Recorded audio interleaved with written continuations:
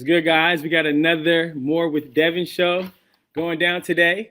And today's talking about training and specifically what we're going to be talking about. What's up, Amelia? What's up, Divine? Divine Performance, what up, bro? Got some people on. But yes, we're going to be talking about like the different types of cardio, the pros and cons, and give you guys some advice from what I've been able to experience with clients and myself when it comes to getting great results, and hopefully can give you guys some good value when it comes to, getting those goals, making those gains, losing that body fat. So pretty much, there's three types of cardio for the most part that there are. So there's LIST cardio, so that's low intensity cardio. And then you have a MIST cardio, so that's a medium intensity cardio. Then you have HIIT cardio. And the low intensity cardio is like a really slow, steady state. Maybe you're doing that for an hour. Some of the benefits of that is, it's not that hard on the body. And, you're just, moving, burning calories. And the main goal, like I always talk about, if you want to lose body fat, you just need to be in a caloric deficit. And, so you got to get your nutrition together. But then that extra, calories burned is going to help us put us into a deeper deficit of a deeper deficit, calorie wise, which will help us lose body fat more effectively and efficiently. So, it's as simple as I have some clients, they just, focus on getting steps throughout the day, or like some examples of LIST cardio is just like walking in the park, going a leisure swim, just walking around your neighborhood, even just taking steps around your house. Just you're burning calories in a really, really low intensity type of state. And the benefit of that, let's just say you are doing rigorous training, your resistance training is really rigorous. Your calories are really low. You don't have a lot of energy. So doing that LIST cardio is not going to put that much damage on your body.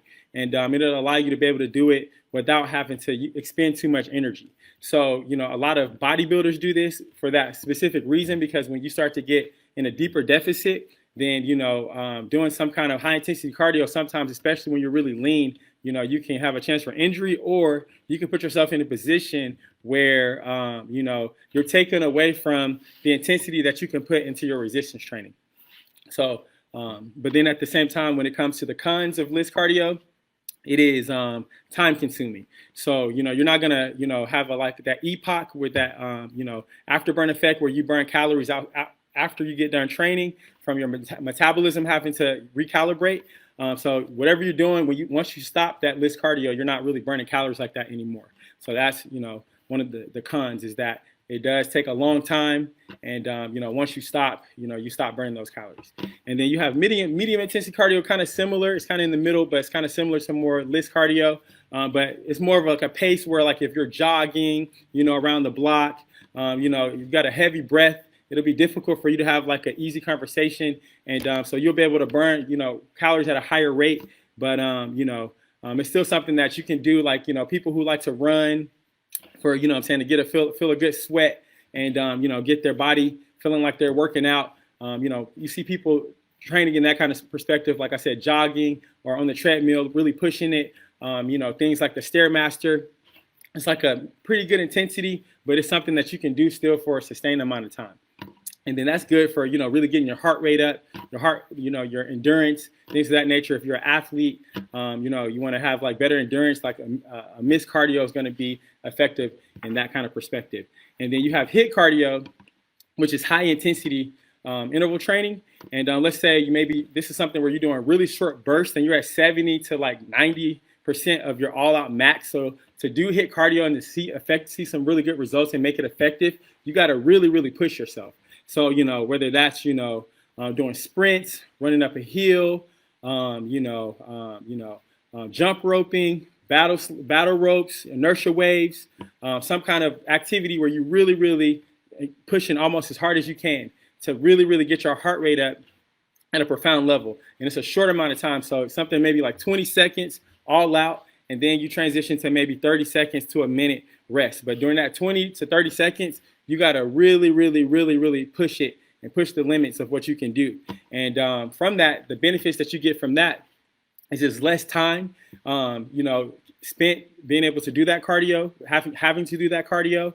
And then also, let's just say if you're an athlete and you want to, increase your, your strength endurance, you're looking to really, want to retain your muscle tissue in a more efficient way. So, you look at like a sprinter versus like a long distance runner. Sprinters, they have like a good amount of muscle tissue. They're lean. When there's some, long distance runners who, they're running at a slower pace, they're really fit, but they don't actually have like a toned body sometimes, even though they have great endurance. But, that high intensity cardio is going to help you be able to retain muscle in a more efficient way. And then you actually can, let's just say with the hour time period, if you're doing like low intensity cardio, maybe you burn 500 calories in that time period. But with the HIIT cardio, let's just say a 30-minute workout, you burn, 200 calories with the HIIT cardio.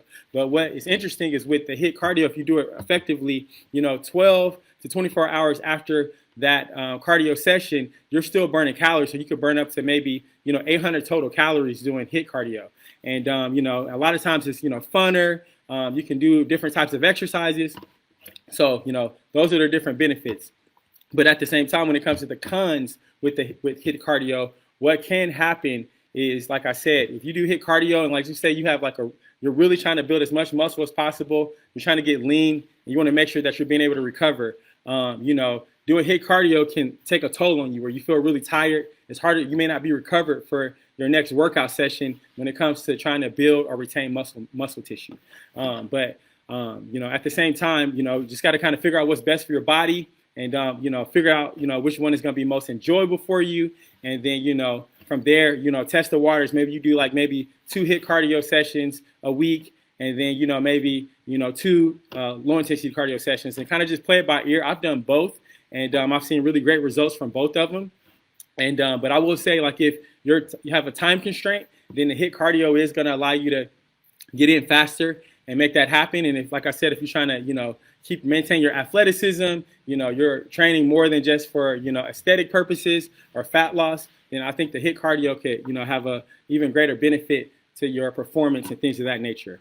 And then from there, there's another one that, I've seen really, really great results with. And I actually haven't been doing this for some time. And now thinking about it, having this, this podcast, I'm going to start implementing it again. And I've even had clients do it as well. And it's something that's called cardio acceleration. So it's basically combining, your strength training with a cardio movement. So let's just say you have like a chest day or you have like an upper body day. And then what you would do is, let's say you got, dumbbell chest press for 8 to 12 reps, you got 3 sets. And then, what you would do with that is you will focus on doing your strength training first. So you got 8 to 12 reps. You want to find a weight that you can, at the minimum get 8 reps, but it should be really difficult to get 12, making sure your technique is really good. And then immediately after that, whether you do a certain amount of, reps, or let's just say you have like, 30 seconds all out of some kind of cardio. Like, so if you're in the gym and you got a jump rope, and, you're doing speed jump ropes with maybe a heavy jump rope, you'll do your 8 to 12 reps, and then immediately you got, 30 seconds, or let's just say 50 all-out jump ropes. And then, it keeps your heart rate up, you're being able to burn calories in an efficient way, and then you get a full recovery where you're ready to go back to that, that strength movement where you're fully recovered, and then you complete that set again. And what's interesting, what I found, personally, is that it doesn't affect your, the reps that you do in your strength movement.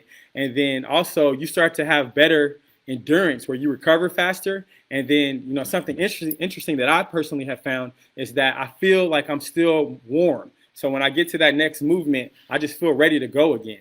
And, you would think that like it'll just burn you out and make you super tired, but you're being able to get that full recovery. And then also, once again, a person that is has a time constraint, let's just say you have, 5 exercises and you're doing 3 sets for each exercise. So that'll be basically, 15 sessions of a cardio session within that, hour that you're working out. So you're being able to condense your workout and get an even more efficient workout. Because sometimes, you get in the gym, you do your set, you get on your phone, you know what I'm saying? And like just wasting too much time in the gym versus you got your set of your strength movement, then you got your cardio, you recover, you get back to it. And it kind of keeps you in a space where you're moving, you're still efficient, you're able to build muscle, lose body fat. So that's something that, accelerated cardio. So you want to look it up, check it out even more. It's an awesome way to get the most bang for your buck in the gym and, still make those gains, and, be super efficient. So those are the basically 4 types of cardio, but really 3. So you got low intensity cardio. That's going to allow you to have something that's, if you have bad joints or what I'm saying, you need to recover. It allows you to just do your cardio at a simple pace, whether that's getting steps, whether that is because you are trying to you want to conserve your energy for your training, or you're fatigued. You can still get the results, but it takes a little longer, but it's less harsh on the body. And then you have medium intensity cardio. That's like like a jog around the block. That's going to help you with your endurance and things of that nature. You'll burn a little more calories because you're at a higher intensity than with the low intensity cardio. But it's kind of more similar to low intensity more than anything. And then you have HIIT cardio, where you're going all out, pretty much in a short burst. So, like a 20-second work period, 30-second rest period. Maybe you're doing 15 to 30, rounds of that. And then from there, you have the cardio acceleration, where you combine your strength training with your cardio on like HIIT type cardio movement, where you focus and prioritize your strength movement, and then you superset it with some type of cardio movement. And it allows you to condense your time, allows you to burn calories while still maintaining good muscle building. And it's kind of like best of both worlds. So you guys have any questions, any more, you can DM me. Hope this gave you guys some value today. As I always say, remember what the mind can conceive and believe it can achieve. And what's up, Andre? You guys have a good night. All right, peace.